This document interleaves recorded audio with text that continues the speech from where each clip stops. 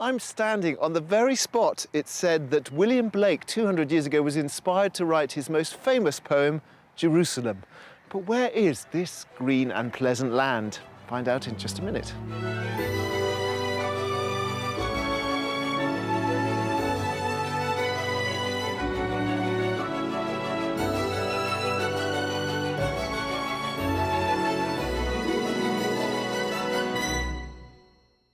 Today I'm showing a couple of returning expats what impressive UK properties they've been missing out on.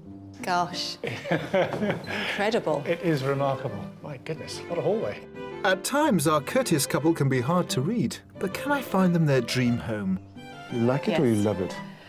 I'm liking it a great deal. Oh, very cagey. That's so diplomatic. Is that Liking it a great deal.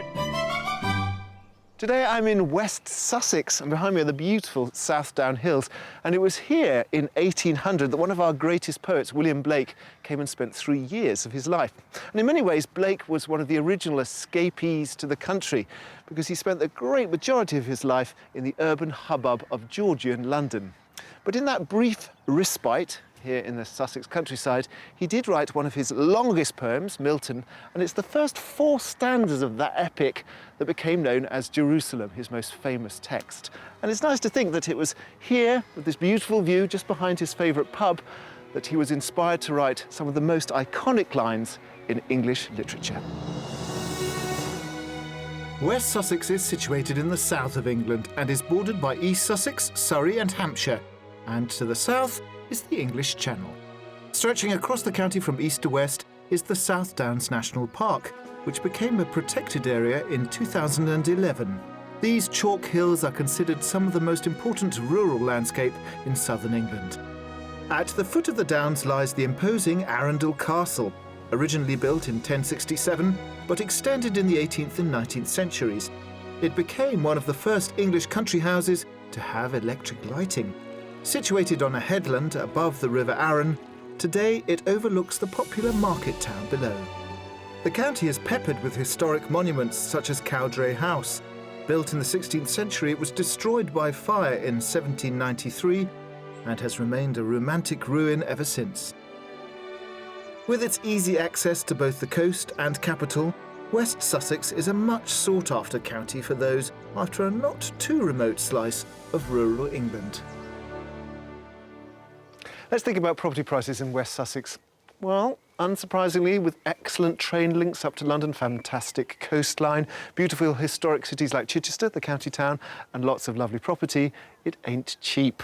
The average price for a detached house here is £382,000, which is £100,000 above the national figure. So is that a premium that our buyers today are going to be happy to pay? Let's meet them and find out. Our house hunters today are Dave and Jan, who currently live in Wanstead, London. They are a couple whose story together goes back a very long way. We actually met when we were at school at the age of 5. So we go back a long way. Back a very, very long way. We were good friends, in fact, at primary school. But then we went our separate ways at 11, and then we reconnected at 18. We got together, we got engaged, and we got married when we were 24. Yeah, we literally never looked back. Yeah. It was, I believe, meant to be.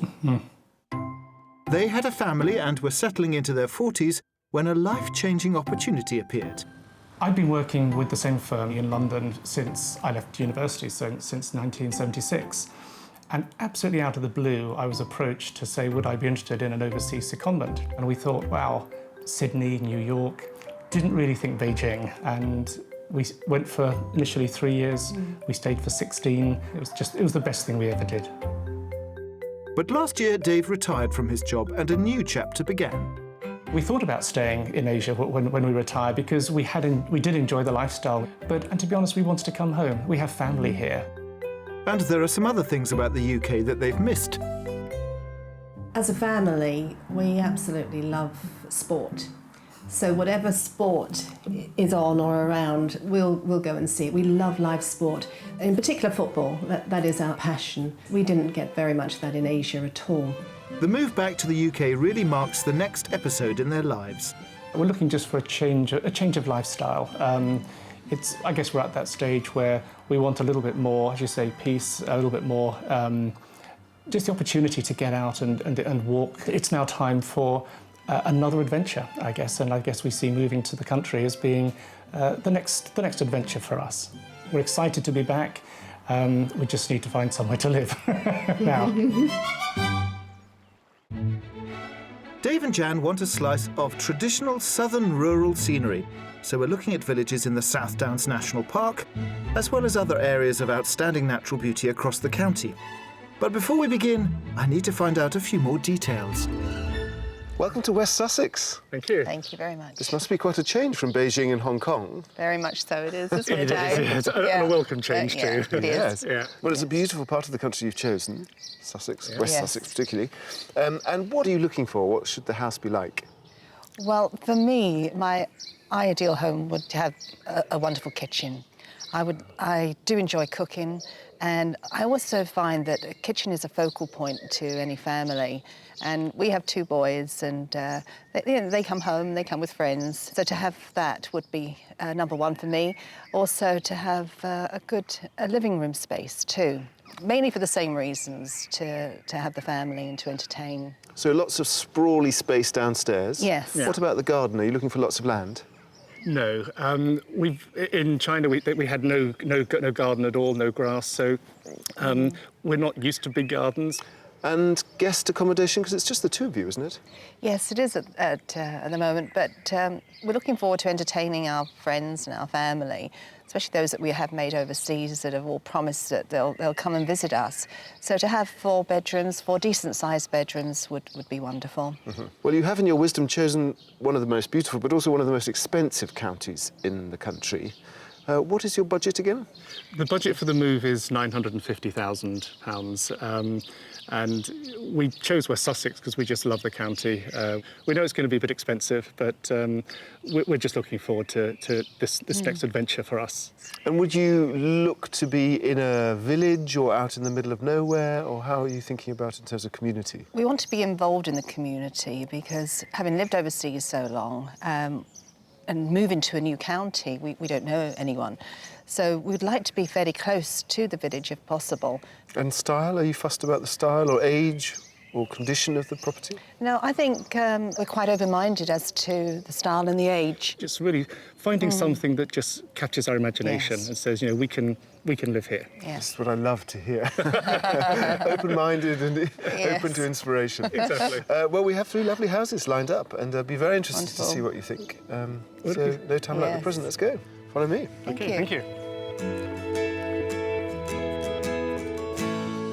For a very healthy budget of £950,000, Jan and Dave are looking for a large house with a minimum of 4 bedrooms to accommodate visiting friends and family. Jan would like a generous, sociable kitchen. They need a manageable garden, and they're after a location close to a village. And in a county that's a commuter hotspot, it is in fact a tough call. But we have 3 great properties which after 16 years abroad should at least give Jan and Dave a taste of today's property market. But I won't reveal the price tags until after each house tour. And as ever, the mystery house is a wild card, which could go either way. So let's get on the road and see what our house buyers make of it all. What are you planning to do other than just retire and relax? Well, like a lot of it does depend on the community that we're in, but we do enjoy sport. We've always loved sport. Our boys love sport, so we'd certainly look at tennis. And to be honest, fairly simple pursuits, just being in the country, literally doing some country walks, just being able to enjoy countryside, which we haven't had for 16 years. And in truth, living in London, we didn't have much then either. No. We're kicking off our house hunt in the middle of the South Downs National Park, close to Pworth. Well known as the location of stately home Pworth House, this market town has in recent years developed a reputation as a centre for independent boutiques, art establishments and antique shops. Just over an hour from London and only 30 minutes to the coast, it's a much sought-after place to live. Less than 10 minutes drive out of the town, down a quiet country lane, and with a backdrop of the South Downs, is our first house. Wow. This is our first property. Okay, all right. Amazing. That's looks beautiful. It does look lovely. It's a beautiful location because obviously this is the love South that. Downs here, so Yeah. the South Downs Hills. Yeah, yeah. All we a can hear is the beautiful birds. setting. Yeah, it's Yes. fantastic. And the house is interesting itself. It was built around the shell of an old Victorian pump house, but it's pretty much a new build. Well, it certainly doesn't look like a new build. It looks like it's a character home. Yeah, so that sounds fantastic. So the first impressions are good? Very They are good good. indeed. Yeah. Should we have a peek inside? Yes, please. Please do. This former pump house was converted in 2008 into a 4-bedroom house. I think the appeal for Jan and Dave will be how it makes the most of its incredible South Downs location. And inside, the space is quite surprising. Come on in. Thank you. It's a lovely, big, spacious Oh, yes. entrance hall. Yeah, It is. it is. It's high, yes. It's higher than I was expecting. Yeah, it's got a great feeling of space coming straight in. It doesn't have that sort of, sometimes cottages can feel a bit, tight. But Yes. Yeah. Well, it's certainly not a cottage, no. No. absolutely not. Let's go and look at the kitchen. Yes. So this is a key room for you. So Yes. what do you think of the kitchen? That is really lovely. It's beautiful. It's really nice. Yeah. I love the big island in the middle. It's huge. It's Oh, lovely. it's a lovely design. Anything that you're not so keen on? Often what we like to do is Jan will be here cooking and I'll kind of be sitting nearby, just chatting. It feels like it's a kitchen where you cook rather than where you'd actually spend a lot of family time. Yeah. That entrance hall is huge and bright and lovely. Right. With some clever engineering, you could open this space up. Yes. Okay. So you have it as more of a sort of L-shaped Yes. kind of kitchen That would space. work. Okay. Yeah, Yes. that's good. That's good. Yes, But as a that's kitchen, it works really well. It does. It's beautiful. Really well. I like it. Feels positive in the kitchen. Very positive. Yeah. Yes. That's important. Very. Let's see if the living space Okay. matches. Okay. Knocking the kitchen through into the enormous entrance hall could offer them a good family space. The living cum dining room is already a great place for entertaining. Another big room. Oh, yes. Oh, lovely. It is absolutely lovely.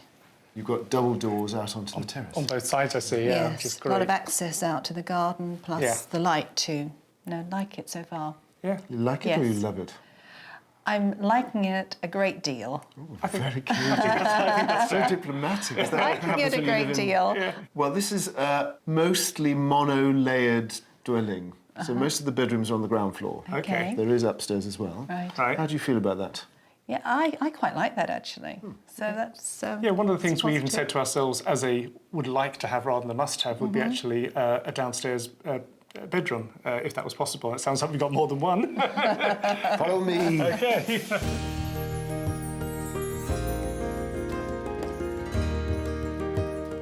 Well, just as you ordered, this is a downstairs master bedroom suite. And it's large It too. is very large. My goodness, It goes straight out onto the double doors onto the patio. that is beautiful. Yeah. Oh, You've yeah. got a dressing area, ensuite with a very nice sort of wet room sort of affair, and then a very big, almost walk-in wardrobe behind these mirrored doors. That's lovely to have. And also a floor-to-ceiling shoe cupboard. Really? I don't know how many That's shoes there as you have. well? Wow. It's a space where you could do a lot with it in terms of furniture. It's just a nice, big space. Are you mentally unpacking your containers? Yes. As well as the sizable master suite, there's another double bedroom with patio access, and a further good-sized downstairs bedroom which shares a family bathroom. Upstairs is the fourth and final double bedroom with its own ensuite, and out the back is where the house really makes sense. Get a good view of the house from here and all the crazy pitched roofs. Yeah, that's Yes. Incredible shape. right. There is. There's a lot going on there. Yeah. And again, that fantastic view behind. So this orchard doesn't belong to you. The garden is actually this sort of quite unusual triangular shape. Yes. Probably good for us. That's plenty of space, frankly. We're not looking for a big garden. And there isn't a garage as well, which isn't essential, but you know, it can sometimes be useful storage space. One thing Jan would like is somewhere to put some gym equipment. I think one of the great things about this property is the potential to pull out the back. Because you've got this enormous patio space. You might not need all of that, but you could easily have a summer room or an orangery or something coming out either one or both of the French doors. Yeah. How much do you think this house is on the market for? God, that's an interesting question. I would think 850. 850. I think I'd go a bit higher than that. I'd be closer to 895. This is on the market at £775. Oh, crikey.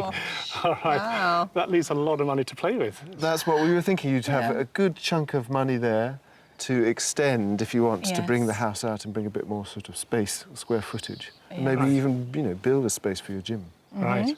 Well, with that amount of extra money in our budget, we could do quite a lot for the house, actually. It could work. Yeah. So why don't you go look inside and check out all the bedrooms, see all the space and all the potential, thinking with that extra money what you might be able to do with it. Right. And then I'll see you out the front, and then we can go and see the next house. OK, thank you.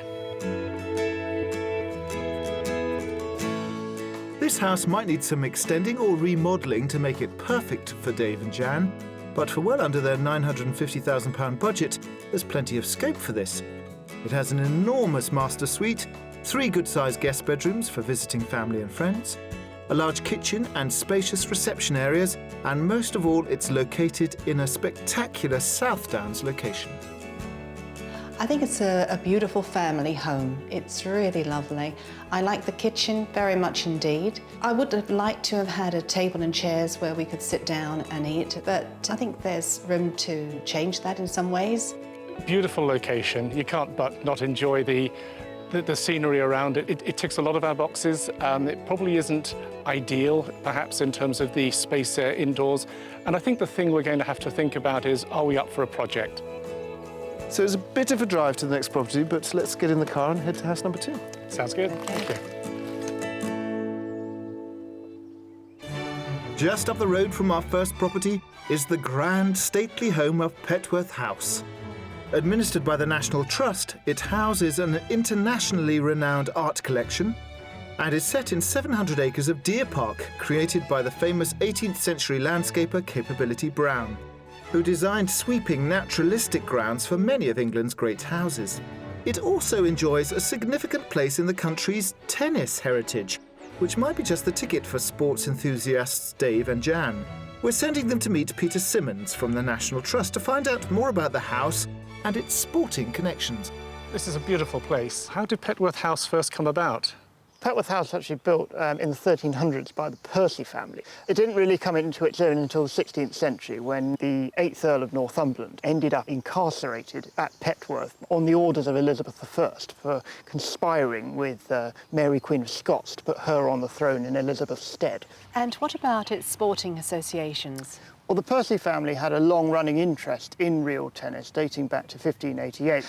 By 1795, there were 6 courts here at Petworth, and the courts here were only exceeded by the Royal Palace of Hampton Court, so it was pretty significant. And are the tennis courts still used at Petworth? Yes, the Petworth Real Tennis Club is still here. It's a private members club, and I'll point you in the right direction of one of the pros. Thank you. Lovely. Real tennis is the original racket sport from which lawn tennis descends. It's an indoor game played on a unique court, of which there are only around 20 in the UK. Tom Durack is the senior professional at Petworth Real Tennis Club. So, Tom, when did real tennis come about and where did it start? Well, it originated in France. A lot of people think it was started in this country, right. but no, it went back to sort of around 12th, 13th century, and then it was popularised in this country by Henry VIII.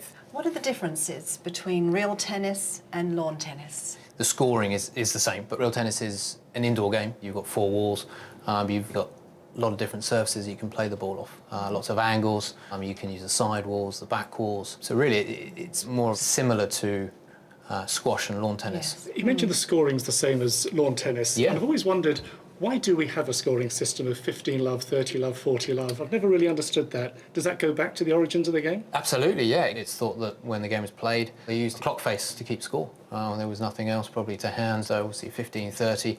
It was 45, but it was abbreviated because 40 is obviously a bit shorter, to call, and that's how it evolved. We've loved hearing about the game of real tennis. We'd love to have a go. Can you give us some tips? Absolutely. I think we should get on the court. Why don't you guys go and get changed, and I'll meet you on the court. Fantastic. Thank you. With its sloping surfaces and yard line markings, the court is highly elaborate. There are several ways points can be scored, including landing a ball in the back net, known as a didon, by hitting a target called a grill, and a shot into what's known as the winning gallery, where a bell sounds on impact. OK, so we always serve from this end of the court. Right. All right, now to get the ball into play, what we have to do is get the ball up onto this slanted roof. And then it has to bounce at least once between the white line and the join in the corner at the other end, and then drop into the white outline box. Lovely. There you go. Fantastic. Wow. In, and a very good serve as well. Very impressive. All right, pressure's on now. The first codification of the rules was published in 1599. They're so extensive and complex it takes at least 10 hours of play for a beginner to understand them all. So for first-timers Jan and Dave, having a bit of fun is what counts. Oh, that's a winning shot. Very nice. The real Tennis World Championships are held every 2 years, but it might take a while for Jan and Dave to reach competition standard. Oh, that's in. That's a winning shot. Great play. Okay, well played, guys. Tremendous. I'm exhausted, Tom. Thank you so much. Absolutely. We've so No enjoyed problem. it. It's a pleasure. It was really good fun. Thank you very No much. problem at all. For our second property, we're travelling east out of the South Downs National Park to the village of Balcombe. Once a rural farming community, today, due to its great train links with London, it's become a popular commuter village. There are shops, pubs and plenty of local amenities, and for visiting friends abroad is just 15 minutes from Gatwick Airport. And right in the heart of this desirable village is our next property. Oh, this is Different. amazing. Very This is different. different. A very different offering, very different location. You were right down the end of a country lane. Yes. Now you're right in the middle of a village. We are. Very much so, which is what we wanted. Yes. Yeah, within walking distance of the village, yeah. What do you think of the actual building? So it's all of this. It's imposing. I mean, you've got those enormous barn-style doors Yes. there. It looks very impressive. It is one of the big barns of the village. Right. It was built around 1790, so it's a listed property. Okay. But the conversion into a dwelling was around 1999.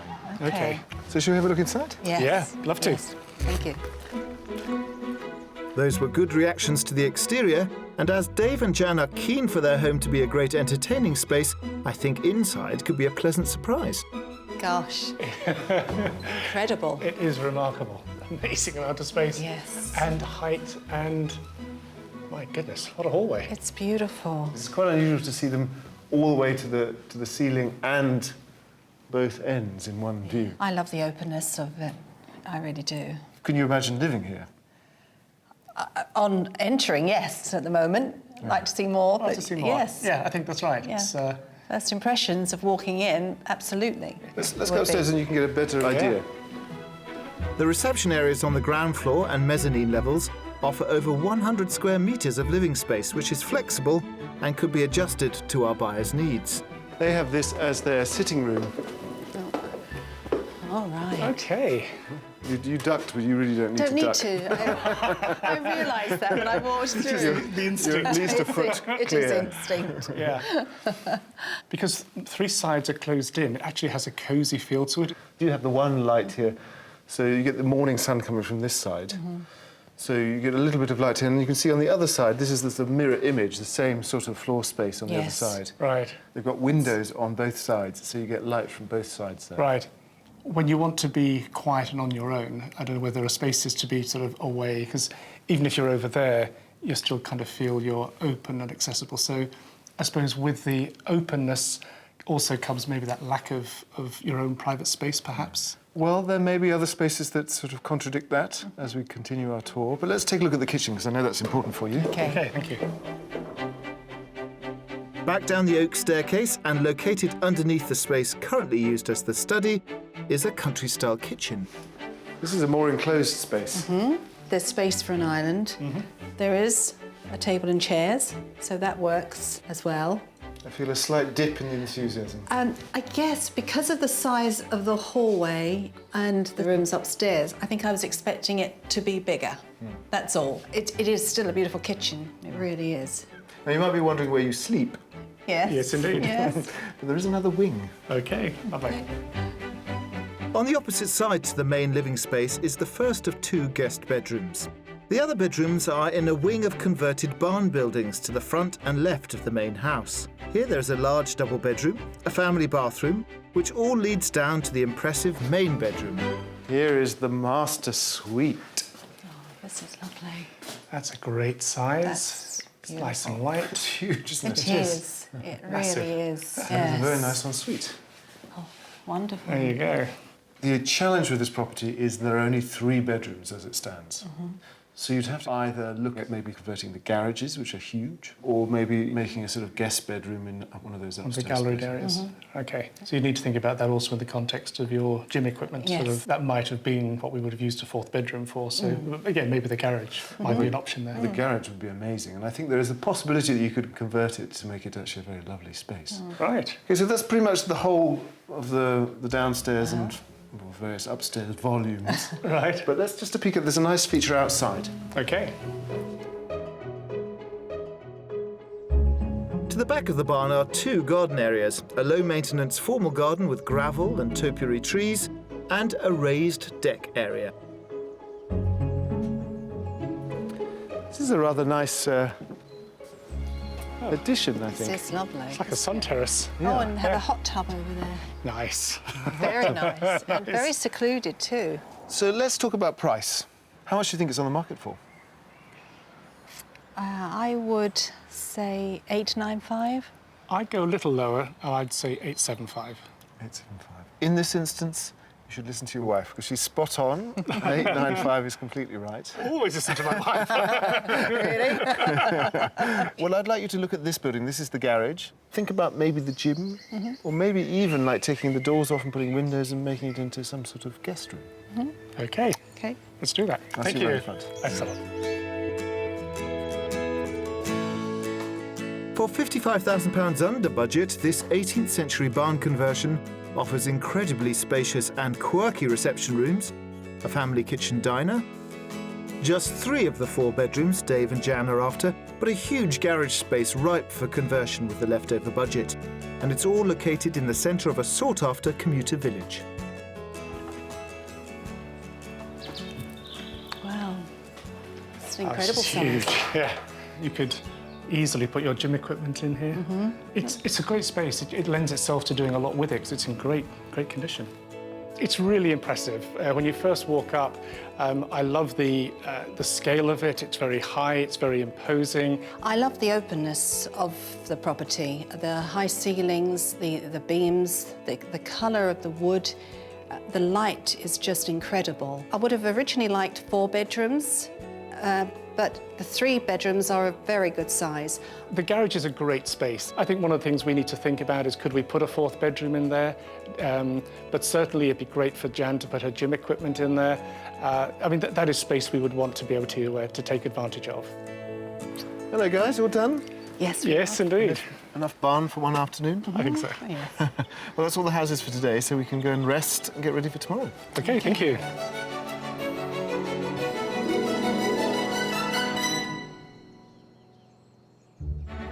Today's house hunt is in West Sussex, as our expat house hunters return from Asia to look for their forever home with a very healthy budget of £950,000.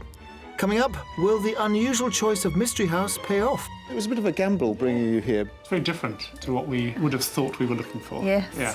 And I explore an underground operation that could be straight out of a sci-fi movie. I feel like a bit like James Bond. Can I go into the vault? Of course you can. Ooh, gee, freezing. Day 2 of our property search here in West Sussex. Slightly damper morning, but it hasn't dampened the enthusiasm of Jan and Dave. I've just seen them for breakfast, and they're still very keen to find their dream house here back in the UK. It's interesting, looking at their response to their 2 houses yesterday, it was almost like they were being incredibly polite, perhaps a sort of Beijing-style diplomacy about the houses, because afterwards it seemed that they weren't quite as keen as they seemed as we walked round. So for the Mystery House, we're going to show them something that is very distinctly English and very old, and see what they think. For our Mystery House, we're travelling to the southernmost part of the county, to the village of Donington, which is just outside the city of Chichester. Chichester centres on its Norman cathedral and is today a hub for shops, boutiques, and is generally an interesting and well-kept city. A canal links it to the village of Donington in the south, which it passes through travelling on to Chichester Marina. Donington has some amenities, including a pub, and just back from the main road through a protective hedge is our Mystery House. Come into the secret garden of the Mystery House. Amazing. I'm very excited to show you this because it's quite a different offering, because it's an old property. Right. We're not entirely sure how old it is because this is an extra add-on.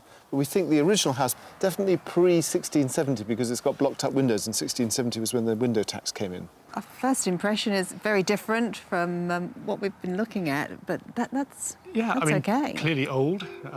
Looks like a good size. The inside, that's going to be intriguing as well. Should we have a look inside? Please do. Yeah. The oldest of all three properties, this is a 17th and in part 16th century Grade II listed property. It's effectively two cottages knocked into one to make a 6-bedroom house. But it's big and it's quirky. And after life in modern Asian cities, will they love or loathe its eccentricity? Come on in.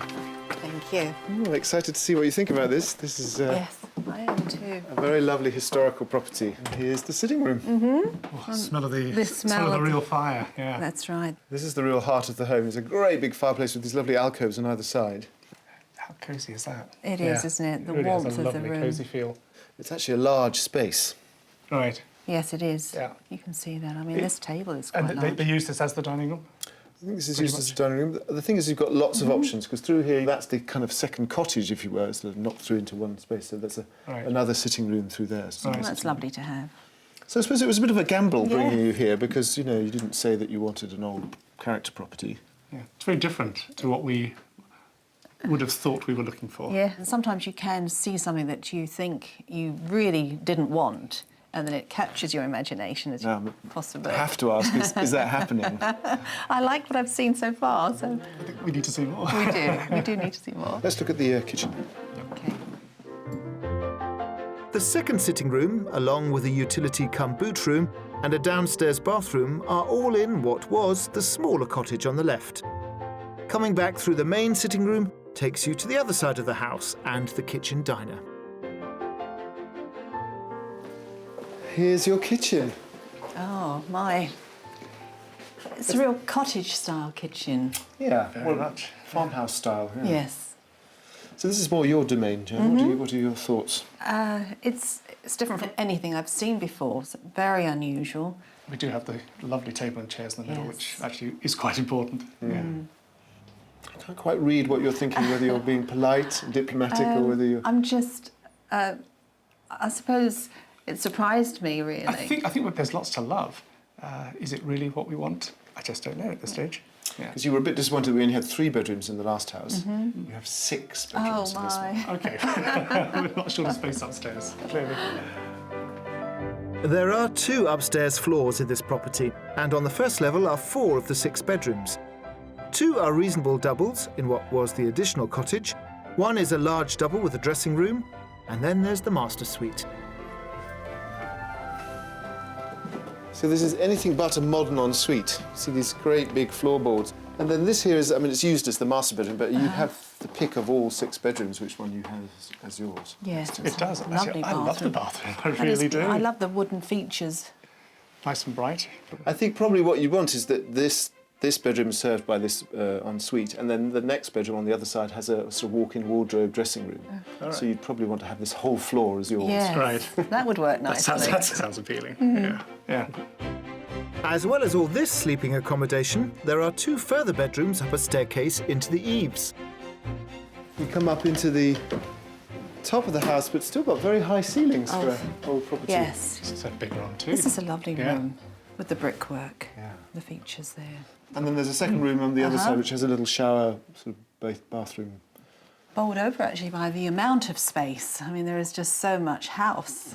Yeah, there's nothing conventional about the house. You're going around corners and you're finding things. It really does make you think. It absolutely does. A lot of space inside, and actually quite a lot of space outside. So let's go and look at your grounds. Okay, lovely, thank you. Okay. The house is set in around half an acre of land, with a lawned area to the rear, with mature shrubs and fruit trees.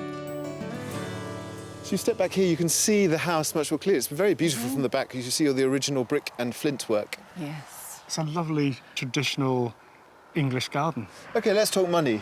How much do you think this property just a few miles from Chichester costs? I would put it near the higher end of our budget at £940. I wouldn't have gone quite as high as 940. I'd be closer to 910. Well, this is right at the top of your budget. It's guide price of £950. OK. Okay. It's You're right again. 3-0. Well aware of that.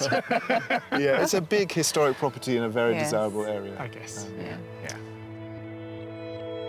For bang on their maximum budget, this historic Grade 2 listed property offers a large, quirky home with stacks of character throughout. There are 2 generous reception rooms, as well as the much-requested kitchen diner. With 6 bedrooms, there's plenty of room for visiting guests and gym equipment, all set in a manageable half-acre of land. I was very surprised as we walked through the gates to see the property, probably because of the age. I wasn't expecting to see such an older property.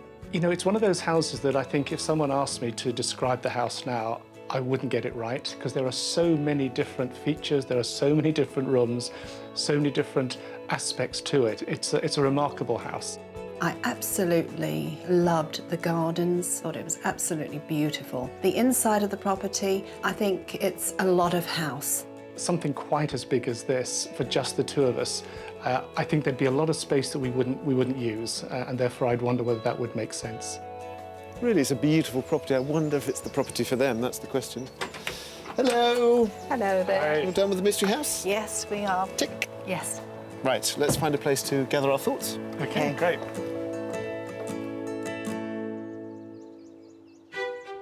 Set amidst the rolling South Downs is Wakehurst Place, with its historic Elizabethan manor house and 465 acres of ornamental gardens and woodland. But this is no stuck-in-the-past country estate. The grounds are managed by the Royal Botanic Gardens Kew, and it's the site of an ambitious and groundbreaking conservation mission. I'm meeting the head of Wakehurst, Andy Jackson, to find out more. So, Andy, I actually live in Sussex, but to my shame, I've never been to Wakehurst, so what have I been missing? Well, this can be the start of your love affair of one of the world's most incredible collection of trees, but also the world's most important conservation facility in the Millennium Seed Bank. What are the highlights of Wakehurst in terms of plants and It trees? was most famous for 2 things, rhododendrons and camellias, but we've been all around the world collecting new plants.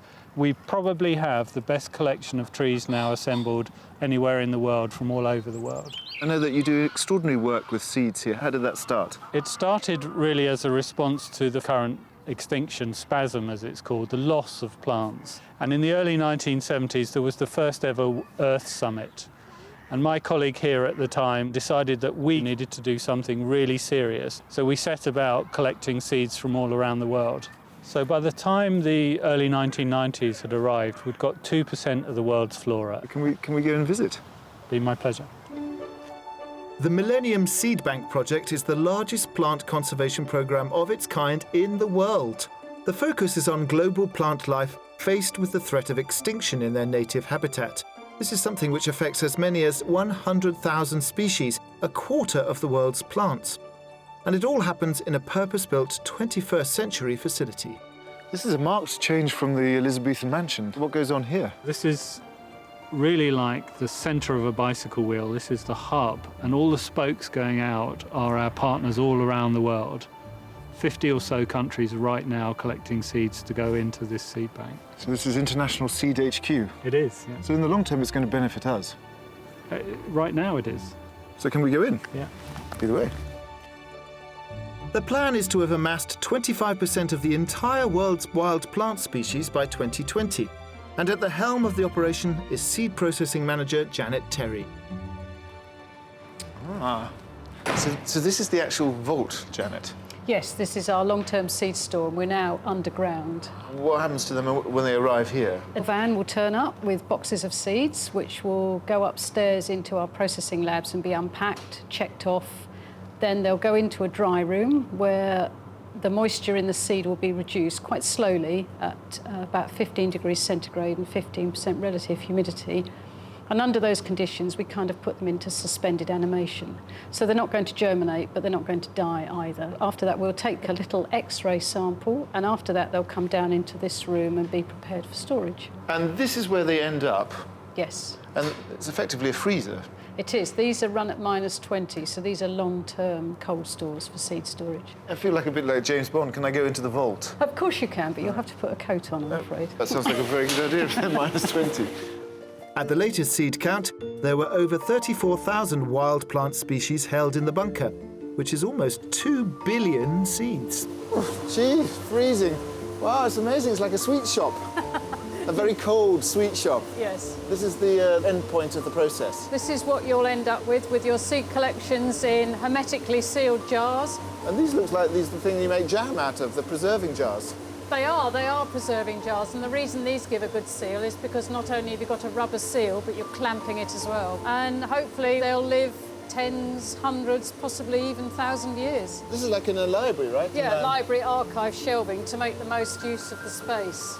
It is like some extraordinary kind of spice rack. This room is just about filled now, so we'll be moving on to the next room. Amazing. Well, it's a real, actually, it's a really fascinating thing. You wouldn't think that seeds could be so fascinating. Well, they are, and so important as well. Yeah, it's important. And very cold. And very cold, Let's yes. get back into the water. Let's go Thank you back so out. much. You're very welcome. Securely held in case of future emergencies around the globe, it's amazing to think all this is stored in the chilled depths of the West Sussex countryside. Sussex is at its most springy and beautiful, but have we found the house that's going to bring Jan and Dave to live here?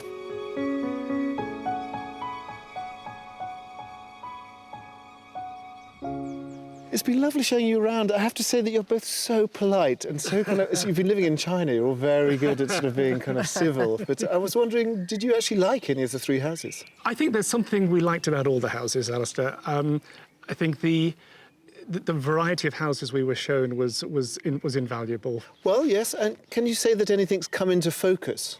What I believe has come into focus is the fact that we know for sure that West Sussex is the county that we want to be in. Yeah. We thought that from the beginning, but this has just reinforced that for us.